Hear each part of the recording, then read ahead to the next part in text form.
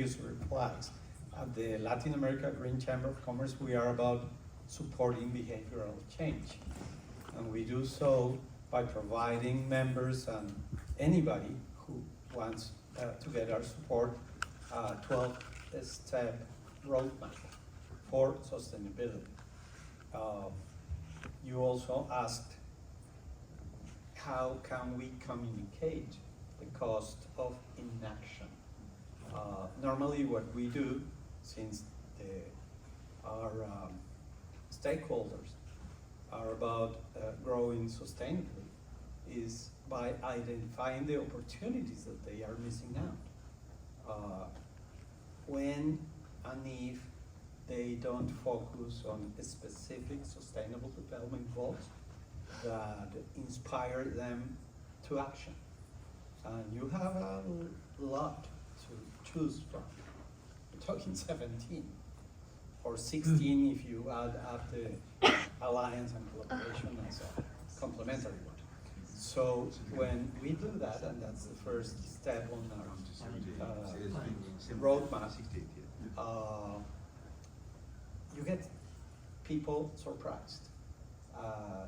Few of those people that receive this from organizations are not necessarily familiar with the implications of, for instance, pursuing decent work, sustainable development goals, or pursuing access to clean energy.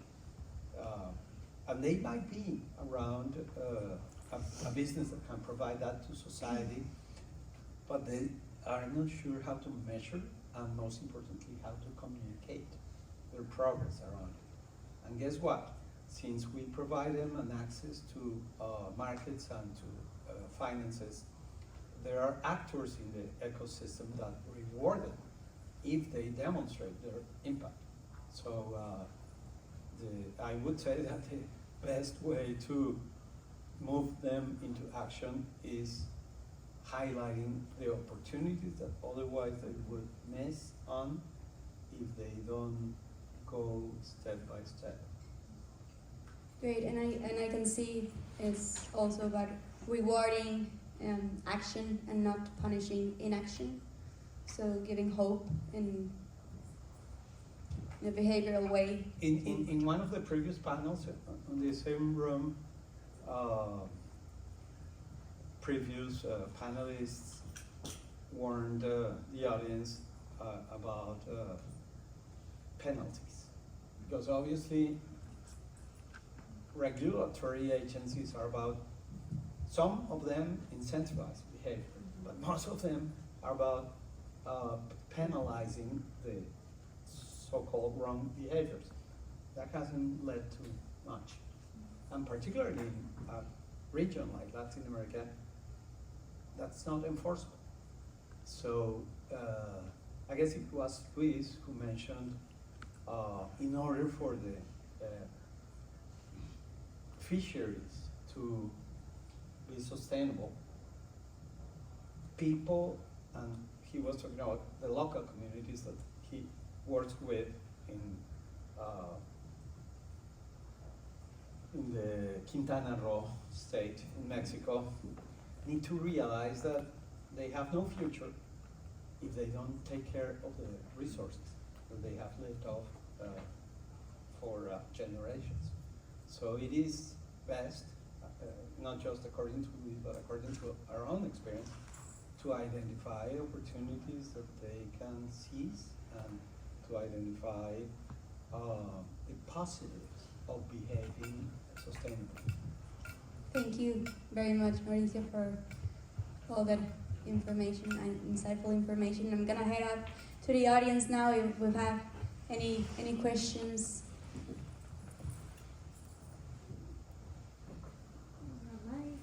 No, and I'm gonna grab some.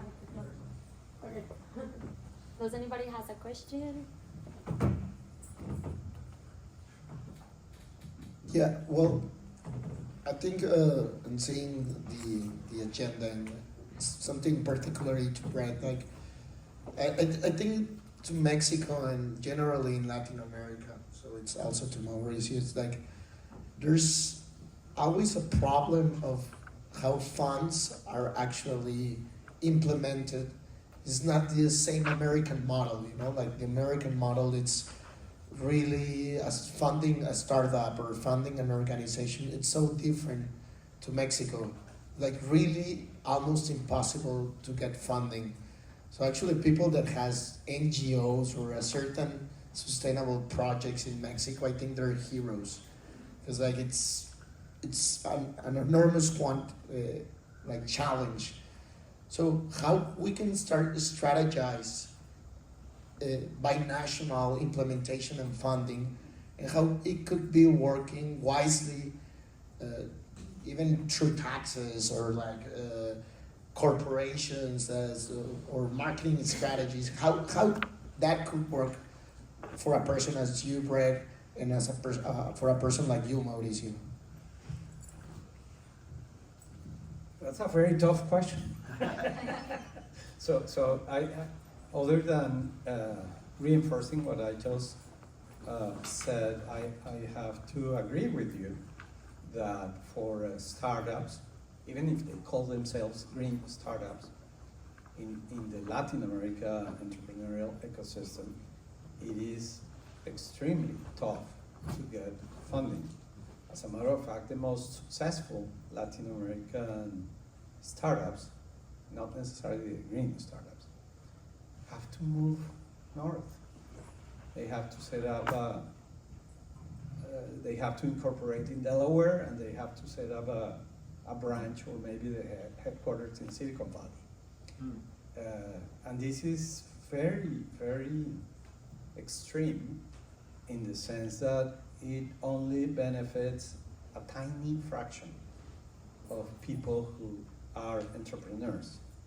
The majority of the entrepreneurs are basically day-to-day.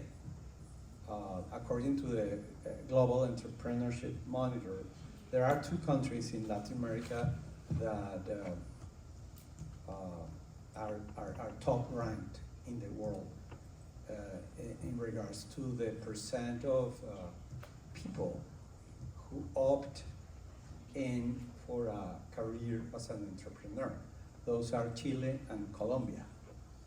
And I can speak on behalf of Colombia because that's my home country, and half of my adult life I've been there.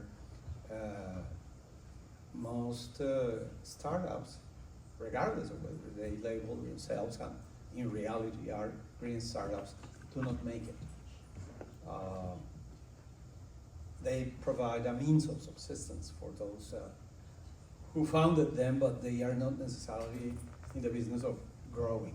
And opposite to what we encourage, enhancing the green footprint in the economy. So we're basically talking to a minority when we deal with an extreme minority when we deal with green startups. By definition, a startup is not a small business. By definition, a startup is a small business with a scale business model.